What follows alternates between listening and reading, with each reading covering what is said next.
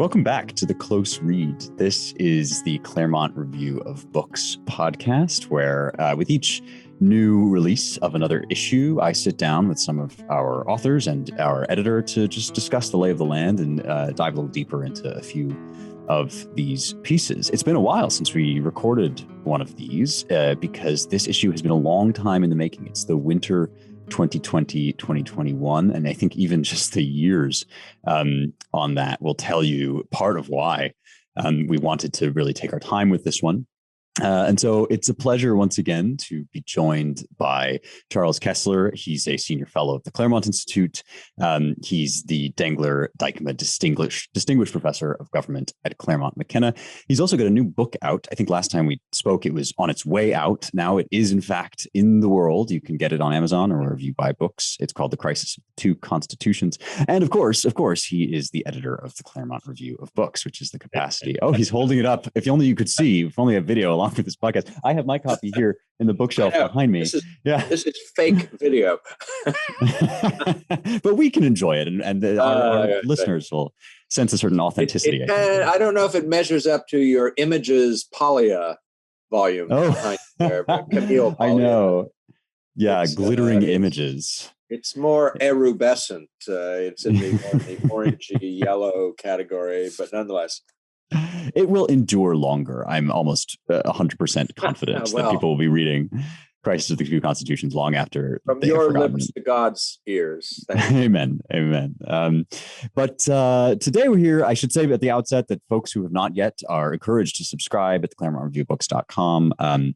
We put out 4 issues a year. It's the gold standard, in my view, of conservative commentary. And you can also help support us at claremont.org/donate. So maybe a way to start in on this issue, Charles. You've got both an editor's note and an essay, an extra treat for us called After January 6th. And it's one of a suite of essays that we present in this issue, because of course it's our post-election issue. And not only was it the election, but something like the interregnum or whatever the equivalent is, involving a whole litany of events, many of them quite dismaying, all of them controversial. So I wanted to ask you, first of all, just to talk a little bit about our editorial strategy here. It's a delicate moment, not only because of the claims that were made by Trump about fraud and then adjudicated with increasing fervor, but also I think because of the temperature of commentary on the right. Opening your mouth at all at this point risks condemnation or accusations of infidelity to conservatism or to Trumpism. You want to talk a little bit about how we went about addressing this period, kind of taking a longer view? Well, thanks for the question. It's a very urgent question, I think.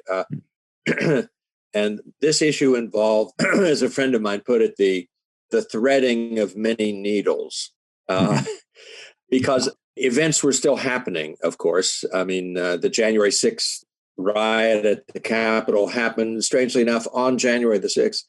And just in the middle of our editorial process. But it was a confusing time. On the one hand, you had allegations of massive electoral fraud being made by all sorts of people in the Trump world and in the Trump legal team. And by that, I mean, you had these accusations being made by some very intelligent, experienced, sober-minded people, like Claremont's own John Eastman and Kalita Mitchell and many other attorneys who knew their way around a courtroom and knew about electoral law. And you had similar, even wilder accusations of fraud being made by people who were charlatans, kooks, and conspiracy theorists, and who had insinuated themselves without much resistance into the Trump legal world, and neither endorsed nor repudiated by Mr. Trump, but just sort of hanging on and holding press conferences. And so on the one hand, there were, substantial seeming allegations in the air of fraud. the extent of which was very unclear. I mean, because the more sensible accusations ran a gamut themselves from, systemic fraud overlapping states and other jurisdictions to much more limited and mundane accusations. And then a third category, which was hard to gauge, really, and that was that, the legislatures of Pennsylvania and Arizona and Georgia and maybe some of the other states as well had not done their duty in insisting on their right, constitutional right, to set the law of the election. And they had allowed that law to be changed. In some cases, they changed it themselves. In others, they had acquiesced in changes made by secretaries of state and other elected officials. And the result of which was that the status of the law itself was left in doubt. And it was a very confusing period. On the other hand, I'm a political scientist, in my day job. And to me, it seemed very likely that this was not a stolen election, although I'm sure votes were stolen, many votes perhaps in some of those states. But to me, it seemed like the likelihood was that this was a lost election. Right. Trump had lost it narrowly, even as he had won the 2016 election narrowly. And so as the editor of the Claremont Review, I wanted to, first of all, address the question, what happened and why? And, there were, very sensitive feelings, emotions were running high on both sides that this was a stolen election, the worst in American history. And on the other side, that, the proof was frustratingly hard to find for that for such a large allegation. There was no large proof forthcoming. And so my own view was probably this was a lost election more likely than a stolen one. And so what I wanted to do was, it seemed to me the only fair way and reasonable way to treat the facts was to commission several essays that expressed a gamut of views. And so we have Michael Anton, one of our favorite writers in this issue, making the argument that there may well have been massive fraud, but no one will ever really know because it was perfumed by legality and by the COVID emergency. And so no one, it was deliberately made hard to evaluate those claims. Representing, I think, Anton is here the strain of conservative thought, which emphasizes a sort of distrust of the ruling elite that kind of makes these things impossible to ever get behind. Yes, so you could say the ruling class critique, that this was an election that the ruling class had managed to run. And no one would ever really know, he thought, what the vote count was, what the honest vote count was. And so we don't know. Even Anton's position was, no, he does not know, and no one probably can know whether this election was stolen or not. And on the other hand, we had two essays, one by Andy Bush, a political scientist at Claremont McKenna, very shrewd guy and experienced guy in looking at elections, and Bill Vogeley, our senior editor, and both of them, Vogeley and Bush, took the view that in all likelihood this was a Trump loss, not a stolen election, and they made a very good argument, each of them, for why that made sense of the facts, most of the facts, almost all of the facts. And then I was left to bring up the rear with a fourth essay specifically on the events of January the 6th, on the assault on the Capitol, the rally, the march, the assault on the Capitol, and its aftermath, and what effect that would have on Trump's future as a politician, and the future of Trumpism, the movement that he had been leading. And so a reader of the Claremont Review would find an array of arguments that I think do converge without being able to satisfy the nicest critic as to what actually happened. But we have, I think, very plausible accounts of what happened. And I think as far as I know, really, we're the only conservative journal that took the question, what happened and how can we know what happened seriously, really seriously, in this cycle. That in itself is a sort of remarkable fact and speaks to the temperature of discourse on the right as well as on the left about this moment, especially after January 6th, which was a shocking and traumatic event. And you do justice to that in your essay. But you're right that there has been a lot more heat than light about these questions. I'll flag for readers also, just as a kind of footnote to that array, that there's a review, The Electoral College by Dawn's Early Light by Christopher Demuth, which includes, in the end, a fairly substantial coda that is really a reflection on how the system itself, that is the American Constitution, handled this crisis. It comes out looking pretty good at the end of, to give a spoiler, but that's another part of our analysis here. Yes, that's really the fifth substantial and serious essay. Chris Demuth, of course, the former president or director, the head of the American Enterprise, the longtime head of the American Enterprise Institute, and right. a very intelligent political scientist in his own right, and now at the Hudson Institute. Right. And he took seriously this question of this and made this cautionary argument that, conservatives and Republicans have to be careful not to be so confident that this was a massive national election fraud without proof of that. Mm-hmm. So confident that they argue themselves into creating a whole new super bureaucracy at the federal level to run elections, to run national elections. Because if we do that, if we abandon the Electoral College and the federal approach, essentially, to running our presidential elections, we are going to find ourselves in the position of empowering the president or some subset of the executive bureaucracy to manage the presidential election.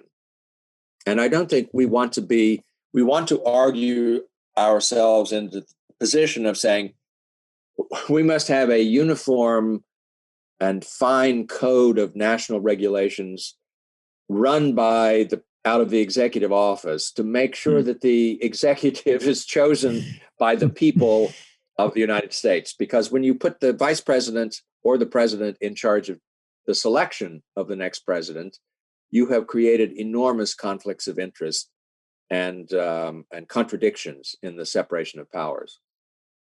It's occurring to me as you're describing the caution that Demuth and you yourself also sort of issue here, that conservatives do, and Republicans especially do, have a tendency in moments of grief and anguish to act contrary to their stated principles in this way. I think also of the response to 9/11, which obviously was a much greater catastrophe than the loss of Donald Trump's second term, but it's had a similar sense of, well, we must do something to meet this crisis. And it may be that what we must do is instead take a step back, regroup, and consider, as we're doing here, what the next steps are.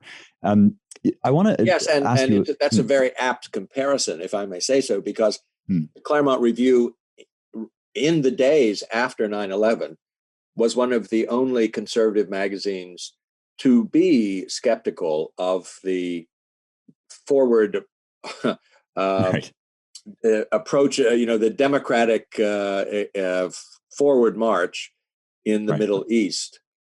We were not opposed to deposing Saddam Hussein or to invading Iraq, but we were very firmly opposed to sticking around forever to democratize the place and Afghanistan as well, which we thought was a kind of astounding repetition of the eras of Vietnam all over again in a very different part of the world, but with the same consequence that we would be in a quagmire, which was unwinnable and which would protract and spread misery into our body politic for many years to come, would protract the war and spread misery into our body politic.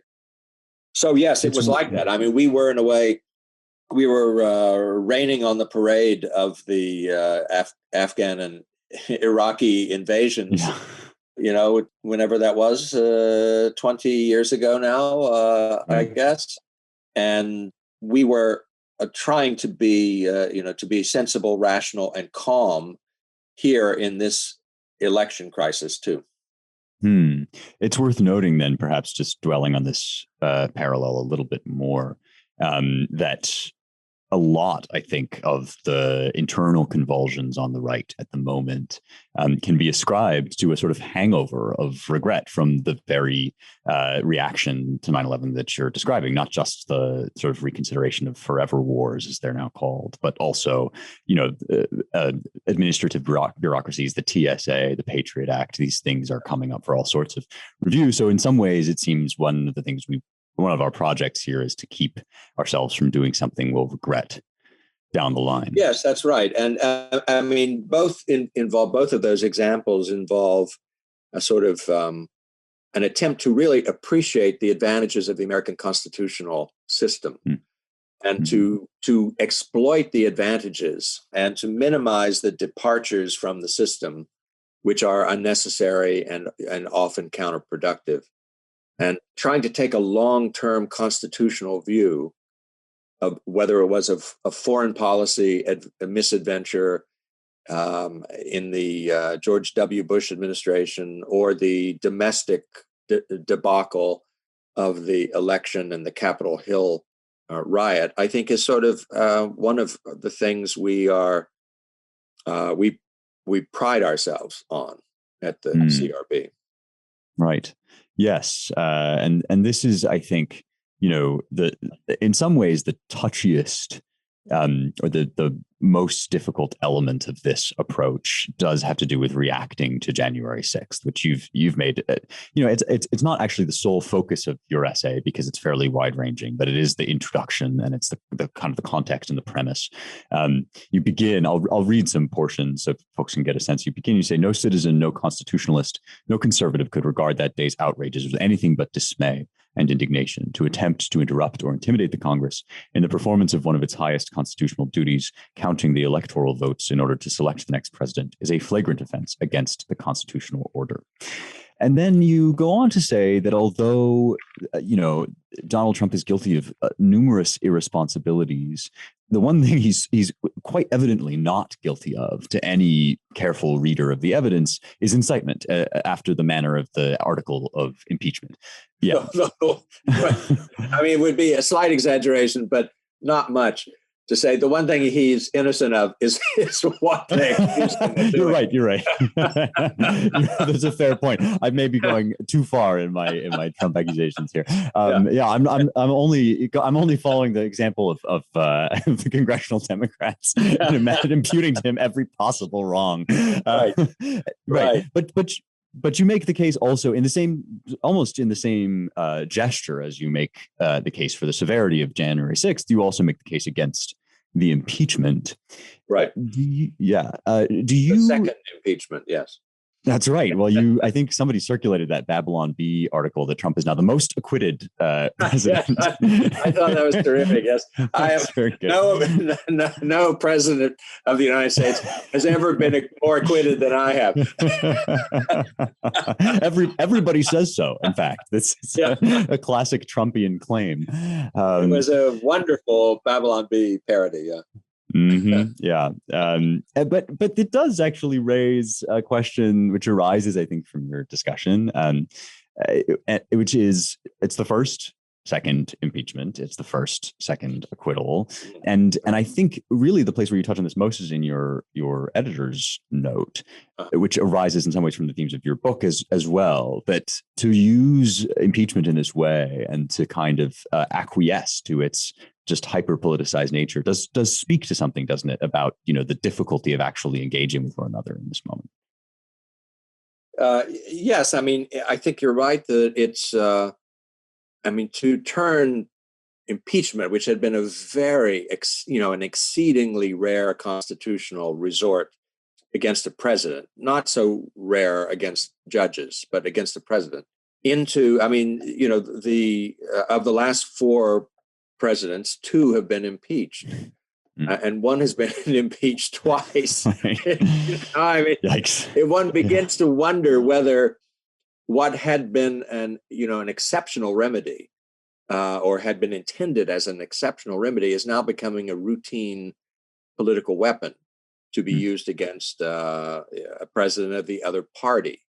And I think that's an additional log on the fire that we don't really need in our hyper partisan world right now.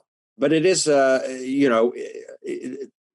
peculiar delicacy, to use your word, of this position is there are, 70, almost 75 million, 74 and change million Americans just voted for this president, Donald Trump, that is. Right.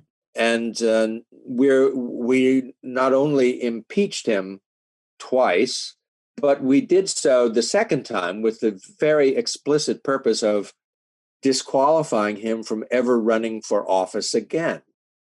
I mean, we're telling 74 million Americans that the guy you just voted for, I hope you enjoyed it, because you're never going to get another chance to vote for him again for anything.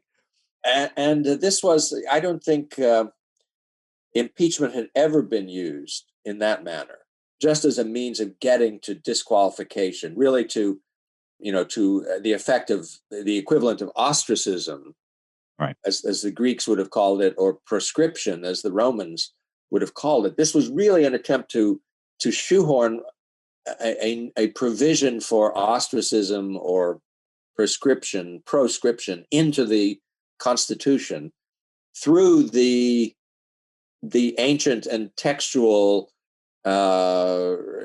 mechanism of impeachment. It was a very clever attempt, really, to repurpose impeachment, and to use something from the original Constitution for the purposes of the living Constitution, to use the Founders' Constitution for the purposes of the Progressives' Constitution. And that was the part of the cleverness of the whole setup as it played itself out, I think. It's a remarkable observation. I mean, it fits with the trend of sort of, if I may put it this way, prescription flirtations. We're just flirting with this very, Sullan idea. And it really does. The thing, it seems to me that the thing it comes closest to is this impulse to make lists of your enemies, as Yes. some of the more radical Democrats are doing, and then to disbar them from public life altogether. You get at the heart of it. As you know, as a classicist, the Romans took this a little further. Yeah. I mean, when they put your name on the list, it was with the purpose of having you killed and your property seized by the state, essentially, and redistributed to your enemies, to the friends of the ruling party. And we haven't gone quite that far, but we'll see in their pursuit of Trump how many attorneys general of states and perhaps of the United States try something very like that, to seize as much of his goods and indeed his freedom as they possibly can. Yeah, I mean, this is why I say flirtation. Plutarch says that Sulla made the Tiber run red with blood during his own sort of spat his own spate of prescriptions, and of course there's still, thank God, a real aversion to political measures that look like that in this country, and yet the structure of things is eerily similar. In the time that remains to us, I think that you do get at the heart of some of this right in the close of your editor's note, which has been published in a number of places, but can of course be found in this new issue. You say it's easy to talk of unity, but it's hard to compromise when almost every issue presents you with a choice between two dueling constitutions, two visions of justice. That's the hard truth of the age of Biden, and it's also, of course, the major theme of your book. I wonder whether the fact that we continue to put out this magazine, the fact that we're having this discussion suggests some hope, some way forward. And yet the question is how, right? The question is, what's the first step when you're not even speaking on the same terms as your fellow countrymen? No, it's a mystery, where we go from here. It's not impossible that there could be a peaceful and political way out.